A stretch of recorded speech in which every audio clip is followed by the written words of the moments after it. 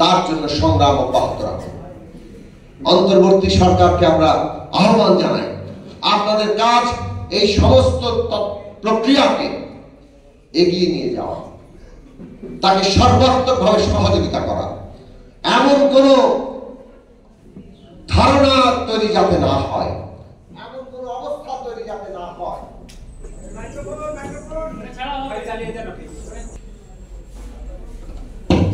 যাতে রাজনৈতিক প্রক্রিয়ার মধ্যে সন্দেহ সৃষ্টি হয়।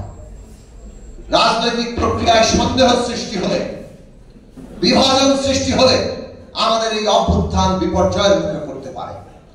কাজেই রাজনৈতিক শক্তি সময়ের মধ্যে ঐক্য ধরে রাখা, আস্থা ধরে রাখা, সেটা অন্তর্বর্তী সরকারের অত্যন্ত গুরুত্বপূর্ণ কাজ।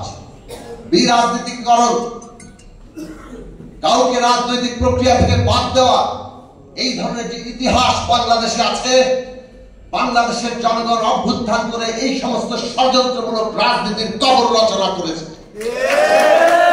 বাংলাদেশে আর কোন ষড়যন্ত্রমূলক রাজনীতি বাস্তবায়ন হতে দেওয়া যাবে না।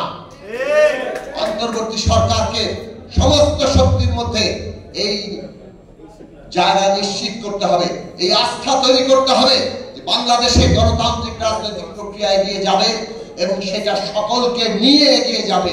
সকলের ঐক্যমত্যের ভিত্তিতে, ন্যূনতম জাতীয় ঐক্যমত্যের ভিত্তিতে বাংলাদেশে আগামী নতুন রাজনৈতিক বন্দোবস্ত প্রতিষ্ঠা হবে। সেই জায়গায় আমরা সবাই মিলে করতে চাই।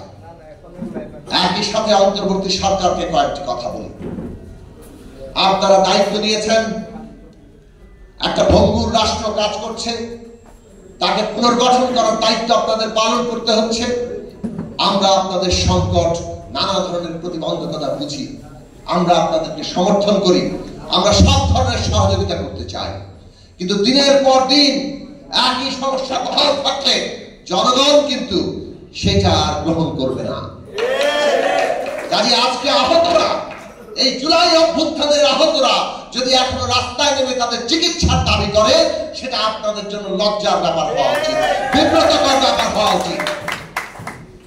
আমরা অভ্যুত্থানের আহত সমস্ত যোদ্ধাদের অবিলম্বে চিকিৎসা নিশ্চিত করা, তাদের জীবনের দায়িত্ব নেওয়ার ক্ষেত্রে এই রাষ্ট্রের যতটা সক্ষমতা আছে সবটা নিয়োগ করার জন্য আহ্বান জানাই। শহীদ পরিবারের দায়িত্ব গ্রহণ করতে হবে, শহীদদের রাষ্ট্রীয় মর্যাদা দিতে হবে। আপনাদের দ্রুত উদ্যোগ গ্রহণ করা দরকার। একই সাথে বলবো, মানুষ দ্রব্যমূল্যে নাকাল। এই যে ঊর্ধ্বগতি, এই ঊর্ধ্বগতি থামাতে হবে। মানুষের জীবনের নিরাপত্তা নানাভাবে ব্যাহত হচ্ছে।